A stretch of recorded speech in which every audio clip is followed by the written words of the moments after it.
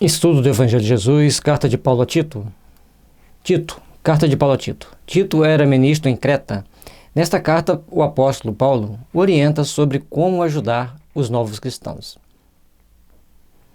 E Paulo aqui vai dar algumas orientações que servem até para os dias de hoje.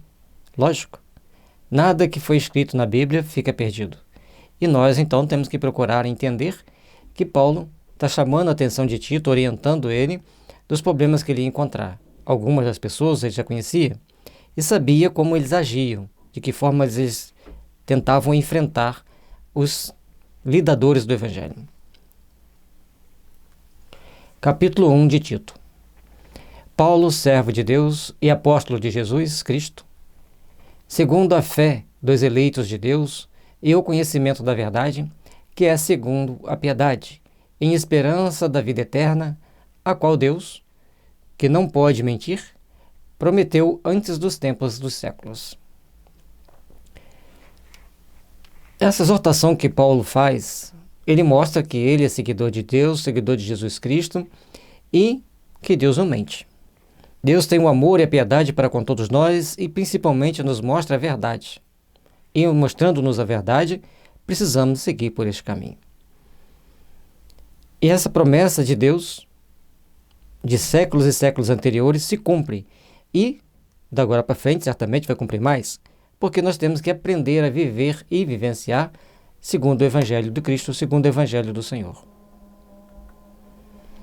Mas o tempo manifestou a sua palavra pela pregação, que me foi confiada segundo o mandamento de Deus, nosso Senhor. A Tito, meu verdadeiro filho, segundo a fé comum, graça, misericórdia e paz da parte de Deus Pai e da do Senhor Jesus Cristo, nosso Salvador. Trabalhando intimamente para nos fazermos melhor, trabalhando intimamente para procurarmos crescer e aperfeiçoarmos-nos para as realizações superiores da vida. Procuremos, assim, construir o nosso mundo íntimo e nos fortalecer nesse sentimento de engrandecimento que devemos ter para o Espírito. E engrandecer-se para o Espírito é diferente de engrandecer por outros caminhos, por outras situações. Por isso precisamos, então, aprender a servir melhor uns aos outros, a construir um mundo melhor, de amor e de paz para todos nós. Por esta causa te deixei em Creta, para que pusesses em boa ordem as coisas que ainda restam e, de cidade em cidade, estabelecesses presbíteros, como já te mandei. Aí, Paulo já tinha dado uma base dos primeiros cristãos, feito as primeiras pregações, feito os primeiros esclarecimentos.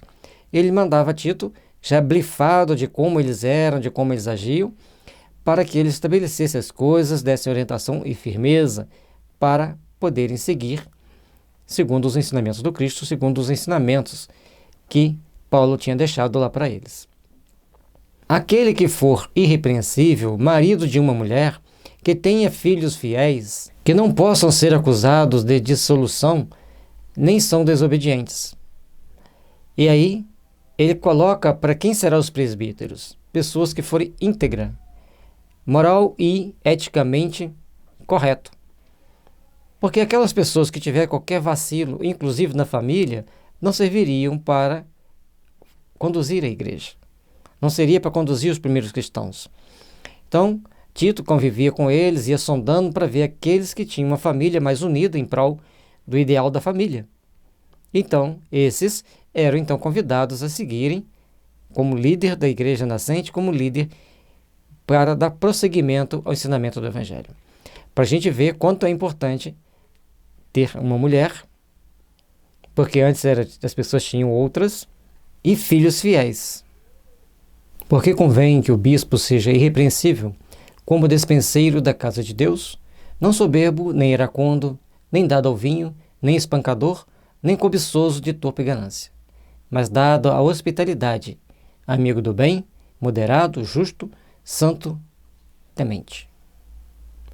Aquele que quer dirigir uma casa de Deus, aquele que quer dirigir um templo religioso, ele tem que ter um conjunto de qualidades morais para ser bem visto por todos, ser respeitado e principalmente servir de modelo para ser seguido.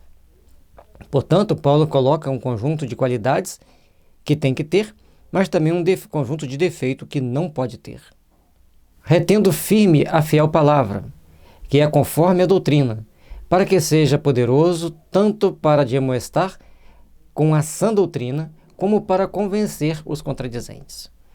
E aí, se você tem todas aquelas qualidades, você vai ter poder de admoestar e convencer.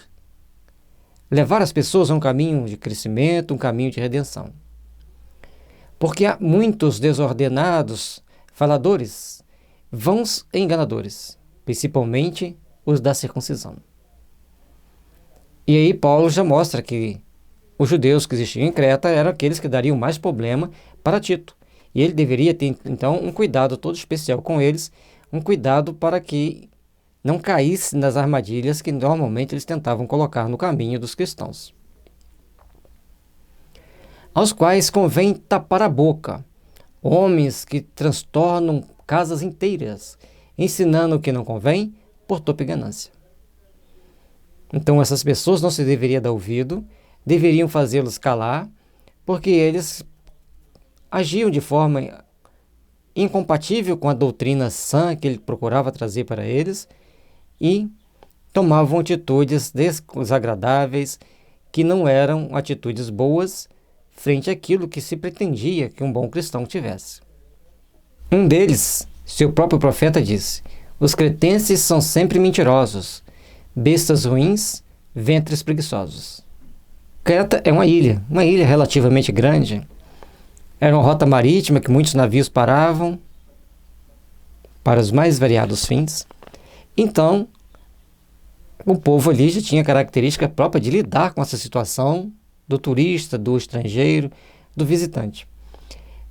E eles mesmos já diziam que eles tinham lá seus problemas e tinha-se que ter seus cuidados para com eles. Esse testemunho é verdadeiro, portanto, repreende-os severamente, para que sejam sãos na fé, não dando ouvidos às fábulas judaicas, nem aos mandamentos de homens que se desviam da verdade. Tinha os detalhes que tinham que ser observados, tinha aqueles padrões que deveriam ser vistos por outro ângulo, vistos de outra forma, para que os enquadrasse dentro da fé, dentro dos ensinamentos cristãos. E muitas das vezes, no mundo de hoje, quando a gente depara com certas pessoas dentro dos templos religiosos que vão trazendo interpretações estranhas, e a gente só pergunta assim: em que livro está isso?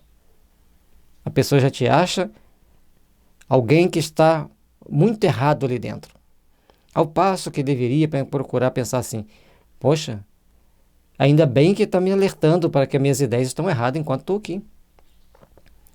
Em tudo na sua vida, nós temos que ter as devidas precauções de procurar vivenciar bem o amor, de procurar vivenciar bem a paz, a fraternidade e a luz espiritual que deve emanar de todos nós.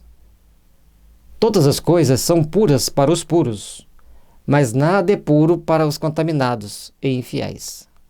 Antes, o seu entendimento e consciência estão contaminados. Se a consciência está contaminada, nós estaremos doentes. Que um dos princípios do adoecimento é que a nossa mente gera todo o adoecimento que vai vir para o corpo físico. Primeiro, a doença se estabelece na mente, no nosso corpo mental, no nosso corpo emocional. Depois ela vem para o físico como aquele sinal que a gente vai correr para procurar tratamento. Ao passo que, se tivéssemos tratado bem antes, enquanto estava em fase mental e emocional, seria muito mais rápido, muito mais fácil de corrigir. Então, todos os problemas que nós deparamos, que nós encontramos na nossa saúde, estão decorrentes da contaminação da consciência. E as intolerâncias alimentares principalmente a psicose. E psicose significa mentira, dissimulação, preguiça de fazer o bem, uma série de atitudes que vai nos levando a um processo de adoecimento mais complicado. Portanto, ao vermos alguém com essas características, lembremos que ele está bem doente, bastante doente, precisando de tratamento. E à medida que vamos tratando, à medida que fomos procurando fortalecer o seu sistema imunológico, desintoxicar seu organismo daqueles miasmas, ele vai adquirindo saúde. Por isso a homeopatia é tão importante. E até aqui, a gente vai deparar com os ensinamentos da homeopatia, que já está lá em Êxodo, quando Moisés leva o povo para o deserto, saindo do Egito. Ele depara, quando chega na terra de Mara, tem um lago amargo, a água é venenosa, tóxica. E ele pega então a madeira, que também é amarga e tóxica, bate naquela água, começa a bater, e aí a água ficou boa, doce e boa para beber. Então o veneno da água com o veneno da madeira se anularam e a água pode ser bebida. Está lá em Êxodo 20, não sei, esse capítulo 26, tem um 26 ali. E aqui também, falando se a mente está impura, estão doentes, estão contaminados e as coisas também serão para eles impuras. Então, pessoas que chegam colocando muitas regras de purificação de impurezas, isso é impuro, aquilo é impuro, ele está doente, precisando ser tratado e principalmente precisando ser compreendido. Confessam que conhecem a Deus, mas negam-no com as obras, sendo abomináveis e desobedientes e reprovados para toda boa obra. Conhecer Deus e seguir a Deus são duas coisas distintas. Até os espíritos mais infelizes que têm nas regiões mais inferiores do espaço espiritual da Terra conhecem Deus. Mas segui-lo, muitas das vezes não. E eles têm prazer de quererem se fazer em Deus, mas um Deus das trevas, um Deus do ódio, um Deus da destruição. Até que possam acordar e despertar daquela letargia para virem buscar novos horizontes, novos caminhar que os conduzem ao Pai. E assim, nós devemos procurar entender se nós estamos agindo segundo aquele que conhece a Deus ou segundo aquele que conhece Deus, mas também respeita a Deus, e nossas obras sejam dignas de serem reverenciadas por aqueles que as veem.